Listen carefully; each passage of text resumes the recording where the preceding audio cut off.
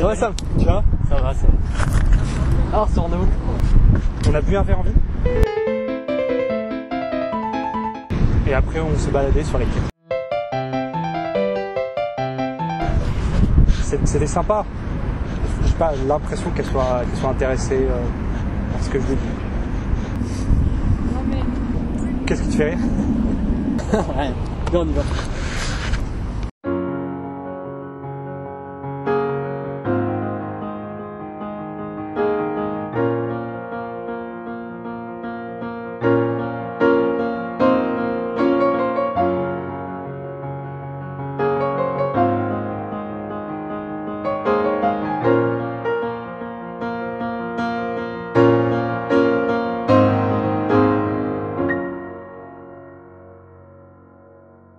Salut tout le monde, ici Alisha, fondateur du mouvement Les Nouveaux Hommes, où l'on montre à tous les hommes comment développer leur apparence, leur vie professionnelle, leur éducation morale et leur vie sociale, dans le but d'atteindre leur plus grand potentiel et ainsi vivre la vie de leurs rêves.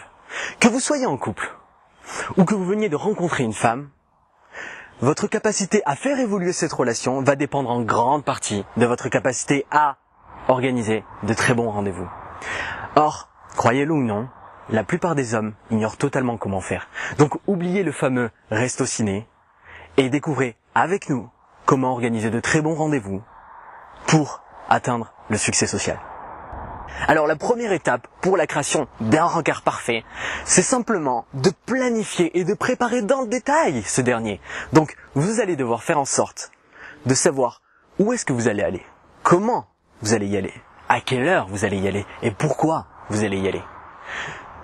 La raison derrière cela est que un homme qui est capable d'organiser dans le détail une journée, qui est capable de prendre les devants, qui est capable de prendre des décisions, c'est quelqu'un de très attractif.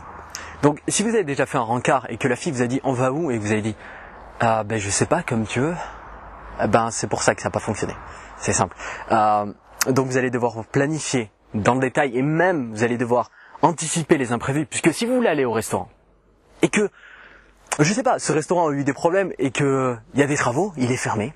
Vous faites quoi du coup? Est-ce que vous allez dans un autre restaurant? Est-ce que vous changez de programme? Il faut que vous preniez en compte les imprévus éventuels pour faire en sorte de ne pas faire d'erreurs stupides. Non, vraiment. C'est quelque chose que j'ai fait par le passé et croyez-moi, vous voulez pas être dans cette situation. Donc deuxièmement, il faut aussi que vous vous prépariez mentalement et physiquement. Donc, vous allez vous coiffer, vous allez vous parfumer, vous allez bien vous habiller, ok, ça vous savez, mais mentalement, c'est aussi, tout aussi important, vraiment.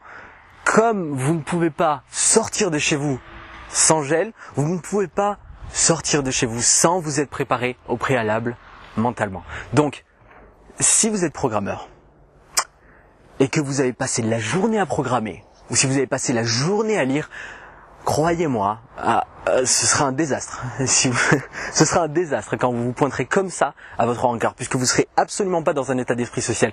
Donc avant ça, faites en sorte de regarder un sketch, quelque chose de comique, quelque chose qui vous fait rire, ou alors de parler avec des amis pour vous mettre dans un état d'esprit sociable.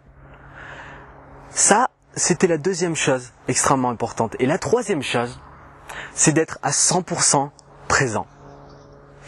La plupart des gens, quand vous leur parlez, ils vous donnent l'impression que ils vous écoutent, mais en réalité, ils sont en train d'imaginer ce qu'ils vont dire après ou ce qu'ils vont vous raconter ensuite. Mais c'est une grave erreur. Soyez à 100% présent. Puisque si vous faites ça, vous serez capable de créer des connexions, vous serez capable de réagir correctement aux situations facilement. Donc soyez à 100% présent, mais ne tombez pas dans le piège d'être surinvesti dans la personne avec qui vous êtes. Faites en sorte d'être présent, mais de ne pas trop faire d'efforts pour que la personne vous aime. Donc, si vous faites, par exemple, si vous êtes au musée, plutôt que de rester constamment avec la personne, avancez au prochain tableau, tout seul. Regardez les tableaux, profitez de la situation, profitez du rencard vous-même.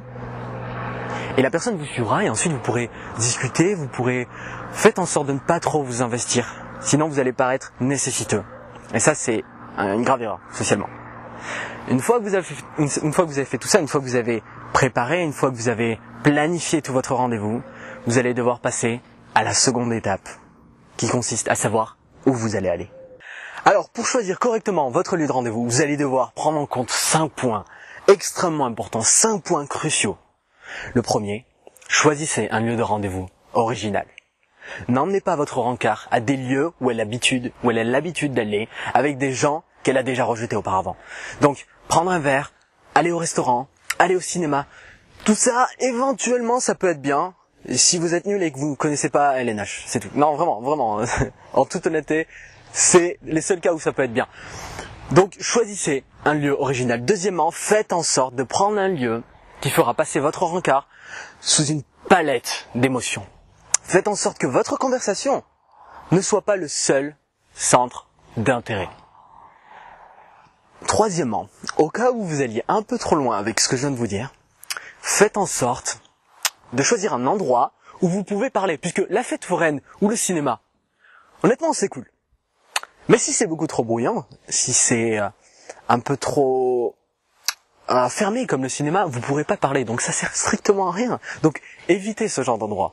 Quatrièmement, faites en sorte de choisir un lieu où vous connaissez le personnel, ou alors une activité où vous êtes très compétent.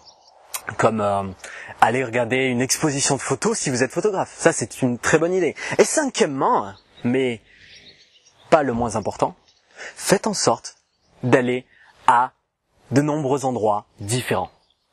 Pourquoi, si vous faites ça, la personne avec qui vous êtes aura l'impression de vous connaître depuis plus longtemps qu'il n'est en réalité, puisque elle aura beaucoup plus de souvenirs. Puisque pour chaque endroit, on crée un souvenir.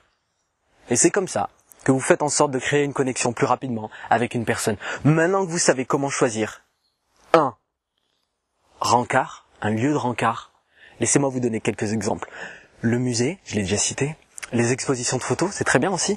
Les pique-niques, non vraiment, les pique-niques, c'est une très bonne idée. Et ensuite, je laisse jouer votre imagination pour trouver le reste, puisque vous avez les 5 points qui vous permettront de ne pas faire d'erreur. Et maintenant, passons à la question que tout le monde se pose. Qui doit payer? S'il y a bien une question que l'on s'est tous posée au moins une fois, c'est comment savoir qui doit payer l'heure du rencard? Est-ce que je dois payer seulement ma part ou est-ce que je dois payer sa part aussi? Eh bien, la réponse à cette question est simple et tient en 2 points essentiels. Le premier, n'utilisez jamais votre argent pour impressionner votre rencard. Si vous faites ça, votre rencard va penser que vous essayez d'acheter son approbation, d'acheter son affection, d'acheter son amour, et comme vous le savez, c'est une très mauvaise chose et totalement contre-productive. Le deuxième point est que vous devez faire en sorte, vous devez garder en tête que cette foutue note ne doit pas créer de malaise entre vous deux. Donc, partez du principe que peu importe le rencard que vous avez organisé, vous allez payer. Puisque c'est ce que la société attend de vous. Donc la plupart des femmes vont attendre cela de vous aussi. Certaines femmes vont aussi vous dire « Ah non, je veux payer ma part, je veux t'inviter. » Eh bien, si ça vous arrive, faites en sorte d'insister pour payer. Puisque la plupart d'entre elles vont faire ça par simple politesse. Donc insistez une fois. Si elle réinsiste une deuxième fois, c'est qu'elle veut vraiment payer. Donc ce que vous allez vous faire, c'est non. Vous n'allez pas la laisser payer. Non, je sais que certains d'entre vous veulent la laisser payer, mais vous n'allez pas faire ça. Ce que vous allez faire, c'est que vous allez lui dire, voilà ce qu'on va faire.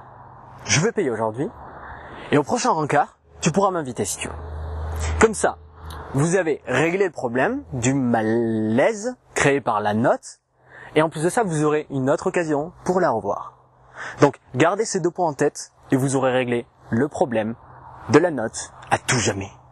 Maintenant, suivez tous les conseils que je vous ai donnés, et vous pourrez créer le rencard idéal que toutes les femmes imaginent lorsqu'elles rencontrent un bel inconnu dans la rue. Et ce bel inconnu, j'espère que c'est vous. Donc, faites en sorte d'appliquer tout ça, de vous entraîner et de créer les meilleurs dates, les meilleurs rendez-vous, et d'embellir la vie de toutes les femmes que vous rencontrez. Maintenant, si vous avez la moindre question, surtout, n'hésitez pas, posez-la dans les commentaires et je me ferai un plaisir d'y répondre personnellement. À présent, servez-vous de ce que vous avez appris pour embellir votre vie et celle des autres, et surtout, changez les choses pour un monde meilleur dès aujourd'hui.